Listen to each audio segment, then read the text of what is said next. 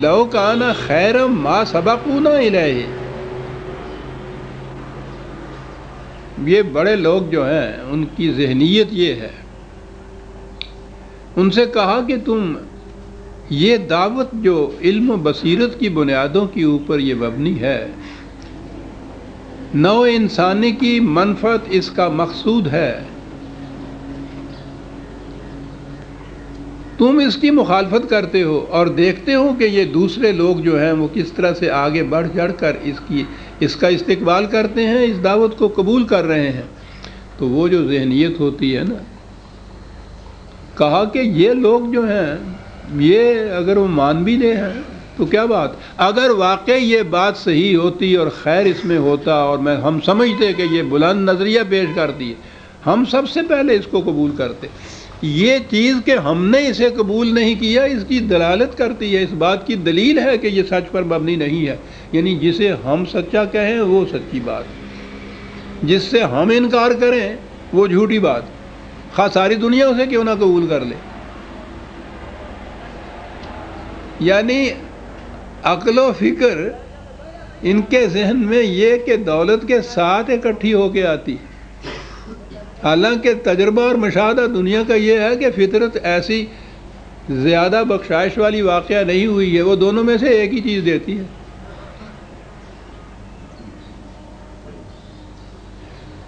دلیل یہ ہے کہ اگر واقعی یہ ایسی سچی بات ہوتی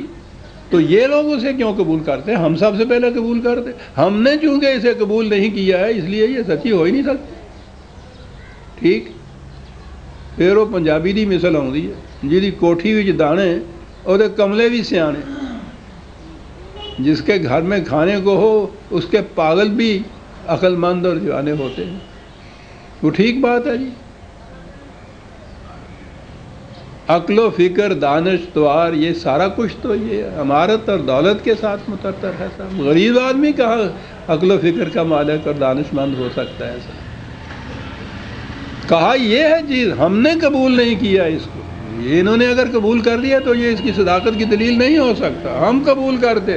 صداقت، اگر یہ سچا ہوتا تو ہم سب سے پہلے قبول کرتے۔ عزیزان من، بات تو یوں ہو رہی ہے جیسے 1400 سال پیشتر کی، بلکہ اس سے بھی بہت پہلے کی۔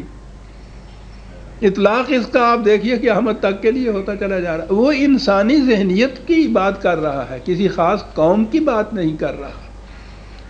وَإِذْ لَمْ يَهْتَدُوا بِهِ فَسَيَقُولُونَ هَذَا إِفْكٌ قَدِيمٌ،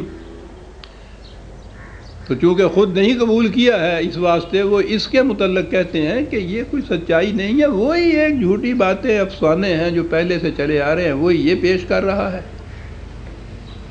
وہ تو یہ کہہ رہے ہیں اس کے متعلق۔ اور قرآن کیا کہہ رہا ہے؟ قرآن کی دعوت کی ایک عجیب خصوصیت ہے عزیزان مان، دنیا کے کسی مذہب کو آپ لیجئے، وہ اپنے مذہب کے باہر نہ کہیں کسی دوسرے اہل مذہب کو سچا سمجھتے ہیں، نہ ان کے بانی کو وہ خدا کا رسول سمجھتے ہیں، نہ ان کی کتاب کے متعلق یہ کہتے ہیں کہ واقعہ خدا کی طرف سے ہوگی۔ کسی مذہب کو آپ لیجئے دنیا کے، وہ اپنے مذہب کے اندر محدود قرار دیں گے وحی اور رسالت کو، اس کے باہر کسی کو تسلیم ہی نہیں کریں گے۔ یہ ہندو مت، وہ تو بہرحال بھارت کے باہر کسی کو انسان ہی تسلیم نہیں کرتے تھے، راکشس کہتے تھے سب کو، کہ جائے کہ وہ باقی مذاہب والوں کے انبیاء کو رسول یا نبی تسلیم کریں، وہ تو اپنے ہاں کے جو انسان ہیں چوتھے درجے کے اوپر شودر، انہیں انسان تسلیم نہیں کرتے تھے۔ بدھ مت، جین مت، تاؤزم چائنا کا، ادھر آ جائیے سیمیٹک ریس کے اندر، یہودیوں کی کیفیت یہ کہ یہی نہیں کہ وہ انبیاء ہی اپنے ہاں بنی اسرائیل کی نسل میں محدود سمجھتے تھے، یہ نسلی مذہب ہے۔ بنی اسرائیل کے باہر کا کوئی شخص یہودی مذہب قبول نہیں کر سکتا، اس میں داخل ہی نہیں ہو سکتا، یہ تبلیغی مذہب ہی نہیں تھا، مذہب نسل میں محدود۔ تو جب اور جنت ان کے لیے مختص، غیر بنی اسرائیل جنت میں بھی نہیں جا سکتا، تو غیر بنی اسرائیل میں وہ رسول کیسے تسلیم کر لیں گے؟ غیر بنی اسرائیل تو ایک طرف، حضرت عیسیٰ علیہ السلام تو بنی اسرائیلی تھے، انہی میں سے تھے۔ نہ صرف یہ کہ انہیں نبی نہیں تسلیم کیا، بلکہ دعویٰ کر رہے ہیں آج تک کہ انہوں نے ان کو لے کے پھانسی دے دیا اور صلیب پہ چڑھا دی، تو وہ اپنے سے باہر کسی کو نبی یا کسی کو رسول کیسے مان لیں گے؟ کسی مذہب کو کے متعلق یہ کیوں عقیدہ رکھیں گے کہ وہ خدا کی طرف سے تھا؟ عزیزان من، یہ کشاد قلب اور یہ نظر کی وسعت یہ قرآن نے ہی آ کے اپنی دعوت کے اندر پیش کی۔ کہا یہ کہ حضرت نوح سے لے کے آج تک دنیا کی ہر قوم کے اندر رسول آتا رہا ہے، ہر ملک کے اندر رسول آتا رہا ہے، ہر قوم کو خدا کی طرف سے وہی ملتی رہی ہے، اور یہ لازم قرار دے دیا نبی اکرم محمد رسول اللہ صلی اللہ علیہ وسلم پر ایمان لانے والوں کے لیے کہ ان سے پہلے تم تمام انبیاء کے اوپر ایمان لاؤ تو پھر یہ ایمان قابل تسلیم ہوگا۔ عزیزان من، دنیا کے تمام مذاہب کو چیلنج کر کے آپ بتائیے کہ لائیے تو اپنے ہاں سے اس قسم کی کشادہ نگہی کی کوئی مثال۔ کہا کہ بعض کا تو ہم نے نام لے دیا ہے اس میں، اور باقی وہ ہیں کہ جن کا نام نہیں ہم نے لیا، لیکن ہم نے نام لیا ہو یا نہ نام لیا ہو، یہ تمہیں ماننا ہوگا کہ دنیا کی ہر قوم میں رسول آئے، دنیا کے ہر ملک میں رسول آئے، اور اس طرح سے ان پہ ایمان لانا ہے کہ لا نفرق بین احد من رسلہ، رسول ہونے کی حیثیت سے ہم ان میں کوئی فرق ہی نہیں کرتے۔ محمد رسول اللہ صلی اللہ علیہ وسلم، اور خواہ وہ ہندو مت بھی اپنے آپ میں کسی کو اگر اپنا کوئی، وہ تو آپ مذہب کا صرف بانی مانتے ہیں نا، ان کے یہاں تصور ہی نہیں ہے نبی یا رسالت کا، یا اوتار مانتے ہیں،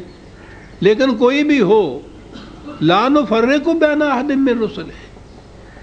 ہم تفریق نہیں کرتے رسالت کی حیثیت سے ان میں سے کسی میں بھی۔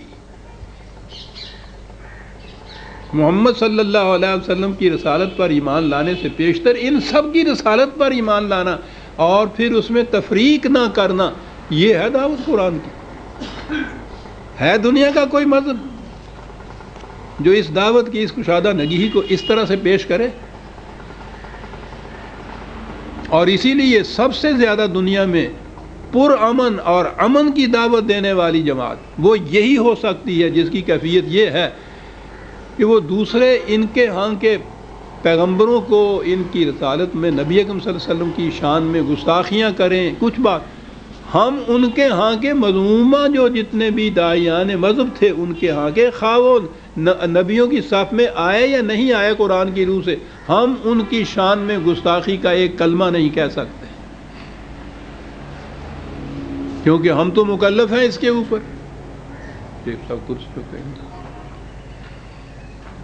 کہ نام لیا گیا یا نہیں لیا گیا، ہم تو مانیں گے کہ ہاں وہ خدا کے رسول ہو سکتے، اور ہمیں ماننا ہوگا کہ لا نفرق بین احد من رسلہ، ہم ان میں اور نبی اکرم صلی اللہ علیہ وسلم میں رسالت کی حیثیت سے کوئی فرق ہی نہیں رکھتے صاحب، تو ہم ان کی شان میں کوئی گستاخی کا کلمہ کہہ سکتے ہیں؟ مسلمان تو خدا کی ان احکام کی روح سے مجبور ہے کہ ان کی تعظیم کرے، خواہ وہ کتنی دریدہ دہنی سے کام کیوں نہ لیں، ہم ایک لفظ بھی گستاخی کا ان کے پیغمبروں کی یا ان کے بزرگوں کی شان میں نہیں کہہ سکتے۔ اور اسی اعتبار سے اگلی کتاب وَمِن قَبْلِهِ کتاب موسیٰ امامًا وَرَحْمَةً، قرآن سے پیشتر جس طرح سے کہ حضرت موسیٰ علیہ السلام کے متعلق کہا کہ خدا کا سچا رسول بڑی دعوت عظیم لے کے آیا، اسی طرح سے کہا کہ اس سے پیشتر کتابیں بھی خدا کی طرف سے آئیں، اور اس سے پہلے وہی تمہاری کتاب جسے تم کہتے ہو تورات، اپنی کتاب کہتے ہو، ہم شہادت دیتے ہیں کہ اپنے وقت میں وہ بھی اپنے وقت کی امامت کرتی تھی اور خدا کی رحمت اس کے اندر تھی۔ یہ قرآن کریم نے انبیاء کرام کو، پھر ان کی کتابوں کو اور ان کتابوں کی حامل امتوں کو بھی امام کہہ کے پکارا ہے۔ قرآن کے جیسا میں نے عرض کیا الفاظ کے انتخاب